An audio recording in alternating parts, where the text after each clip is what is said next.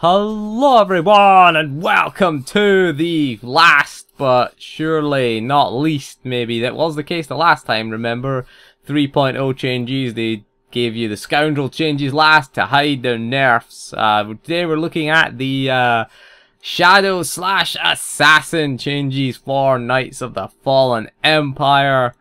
Now every Inquisitor is now getting Phase Walk. That's the big new thing. Of course, Phase Walk, it doesn't really change us as a Shadow Assassin, but yeah, Sorcerers and Sages are getting Phase Walk as well. It's going up to level 61. I think it was level 51 last time. That's the only real change to that. There you go. Buy a level 60 if you want Phase Walk. So I did take a look at the character creator for boosted level 60. It was on IGN, so I had a little watch at that. They made a fat Sith, a fat warrior. I think they made. I think it was a fat Juggernaut. At least they made a Juggernaut and not a Marauder, so give them credit there.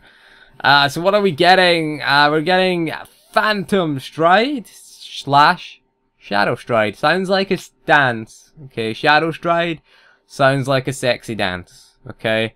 What are they doing with these people? We're supposed to be Jedi. We're supposed to, you know, not love anybody. And we've got a Vigilant Thrusting Guardian and a Shadow Striding Shadow. Right? Sounds like a sexy dance. Okay? I'm gonna do some Shadow Striding, baby. Hey, baby. Check out my Shadow Stride. You know, it's gonna be like that. Is it ever gonna be? It's supposed to be Jedi. Right, so basically it's the same as the Operatives thing. It's Shadow Step, essentially. Okay. Requires a double-bladed lightsaber. No shit.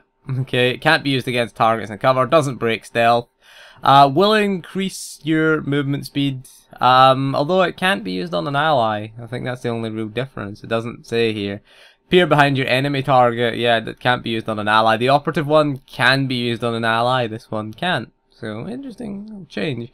But basically, it will just put you behind the target. I guess it will be appearing at your enemy. It should hopefully put you behind the enemy, because that's where we want to be. We don't want to Shadow Stride in front of a boss, really. We want to Shadow Stride behind it, you know. So Shadow Step, Shadow Stride, whatever you want, basically. If you're a rogue and WoW, you know how it works. It increases your movement speed by 75% for 3 seconds as well, which is nice, actually. So PvP, you're going to be doing that. Again, can't be used on targets in cover. So you can't use it on snipers or gunslingers.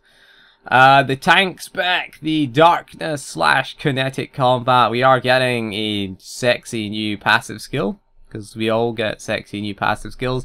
We're getting dark or kinetic bastion. Increases the duration of your dark or kinetic ward by 5 seconds and the number of charges by 5. The shield chance that it provides is going up by an additional 3. It reduces its cooldown by an additional 5 seconds and increases the duration of dark or kinetic bulwark is 5 seconds longer and does build 2 additional stacks. So bear in mind that with the changes that this fits in with the changes to gearing that we've seen in 4.0. If you haven't seen the data mined gearing, I'll put a link to it in the description. Basically for tank gear, everything is going to have defense. Okay, defense is going to be a secondary stat. Before, shield was a secondary stat. Okay, so every piece of tank gear had shield in it. Now it's going to be defense. Every piece of tank gear that you get is going to be defense now. And so what's going to happen is basically we're going to have to make the choice between shield and absorb. And of course, as an assassin tank, absorb tends to be where we want to be. So increasing the shield chance by an additional 3% makes sense, because we're going to have less shield as a result, because shield is now competing with absorb. I mean, we never really cared massively about our shield rating. It was always the absorb that we really cared. We were going to get shield anyway, and again, the Sassy Mark II gear and Resurrected gear had the same amount of shield in it. So if we were focusing on our shield, it didn't really matter too much. Com gear gave you a decent amount of shield, or gear that dropped in flashpoints, and operations, you know, the non-set bonus stuff gave you decent amounts of shield. Now it will always give you defense. So every tank is going to be running a lot of defense, and we're going to have to make the decision between shield. Obviously, we're not going to ignore shield, okay, but in the majority of cases, we're going to have Absorption's going to be our kind of main thing. Also, we're losing absorb from the belt and bracers. It's going to be defense now because, of course, belt and bracers don't have an enhancement in them. So absorb and shield are only going to be available on enhancements now, instead of being available on mods and enhancements. Well, shield was available on mods, should we say, but that is the biggest change to tanking. So I've seen that in data mine. I take it that's true if they are increasing the shield chance. Again, the Vanguard is getting an absorb chance increased, so again, you can see how they're doing it, and you can see it does make sense now to give you that. Everything else is just the usual. Everything's going up. Force pools up to 42. Depredating Volts, Cascading Debris is up to level 58, and Shroud of Darkness, Mental Fortitude is up to level 60 from 59. Deception / Infiltration, we are getting a nice sexy new passive. Amped Voltage / Fracturing Force, ouch. Yeah, that sounds painful. Fracturing Force. I like Amped Voltage, that sounds quite cool. Increases the damage dealt by our Surging Charge / Shadow Techniques Discharge Force Breach by 5%. Again, it's quite nice for burst damage. If you activate Phantom Stride while Surging Charge or Shadow Technique is active, it builds 3 stacks of our Static Charge / Breaching Shadows. Bear in mind that spec is all about charging up your Static Charge and then firing your big discharge out with the 3 stacks of Static Charge. So again, giving it 5% more damage, yeah, it's going to make it a bit more bursty now. It means we use Shadow Stride is going to be key in our opener, because again, it gives you that 3 stacks of, you know, your static charges. So again, having that 3 stacks at the pool will help out with our burst damage because we don't need to go and generate them now. So yeah, it's going to improve our burst damage. PvP is going to be a benefit as well. Actually, you can see where it's going to be a benefit. You're going to be Shadow Striding as your opener. You're definitely going to be, every single time, going to be Shadow Striding.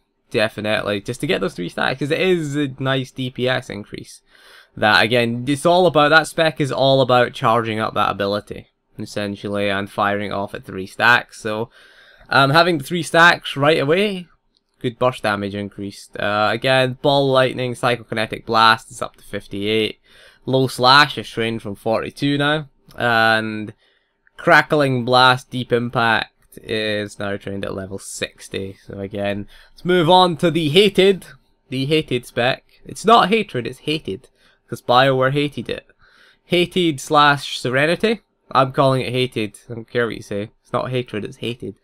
A new passive skill, we're getting Languishing Lashes. See, assassins are perverts as well now. Languishing Lashes.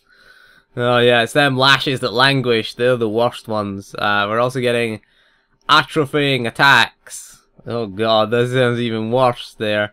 So, dealing melee damage increases the critical chance of your periodic effects by 10% for 10 seconds. Ooh. Interesting. That may change the way that we look at that. We might want to get melee attacks off to get that, and well, certainly I think we want to put our periodic attacks on the boss. We want to have our periodic attacks up. I don't think it actually doesn't really change our rotation much. We get our dots up, we get our force and balance off. We're gonna hit a melee strike anyway.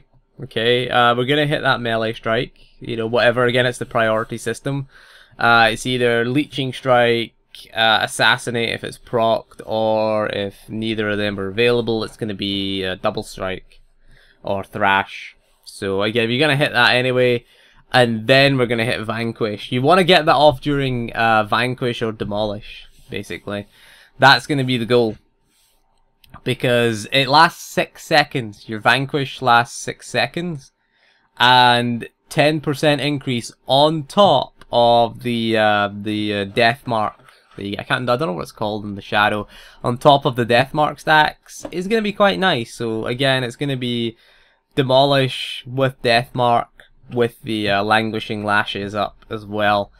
So it doesn't really change our rotation too much, really, to be honest, because it is 10 seconds and that's a 6-second dot. The other dots, I think, are, what, 18 seconds, so they're going to be up anyway for that duration. Anyway, so again, it's not really going to change our rotation. It is a nice increase, though. It is a nice little increase to our dots as well. And again, we probably will want to stack it, of course, with Death Field to get those death marks up as well. So again, yeah, it's hopefully the spec isn't ruined. Hopefully they don't ruin this spec like they did in 3.0.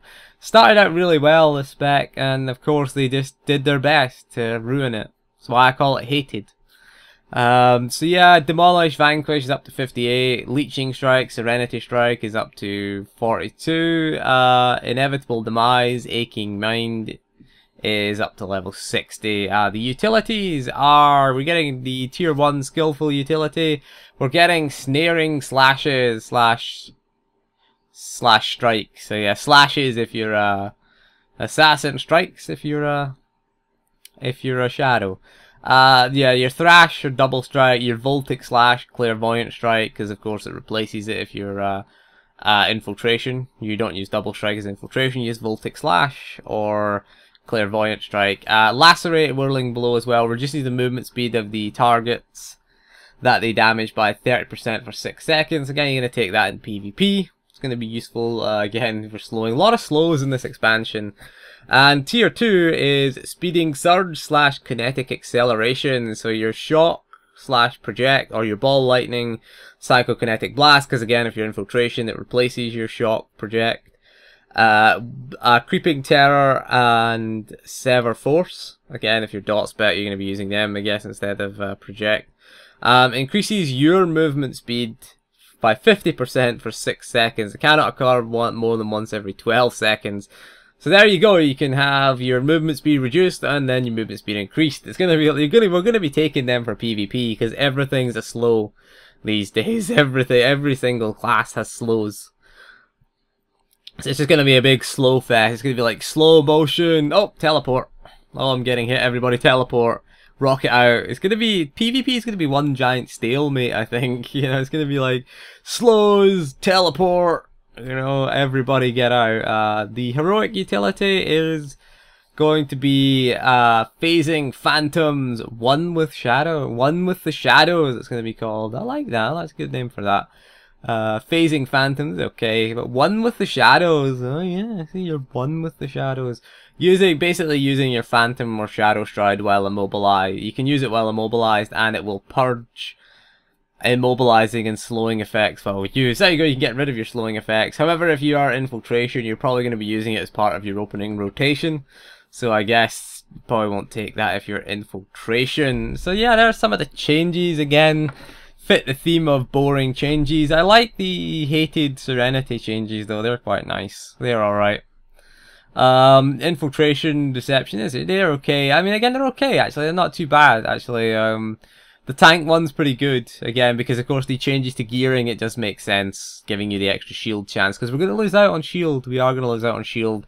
Like it or not, that's the stat that we're going to lose out on, generally. So again, next time we'll take a look, of course, at the Sorcerer slash Sage. So thank you for joining me for this video, and we'll see you again soon, and goodbye.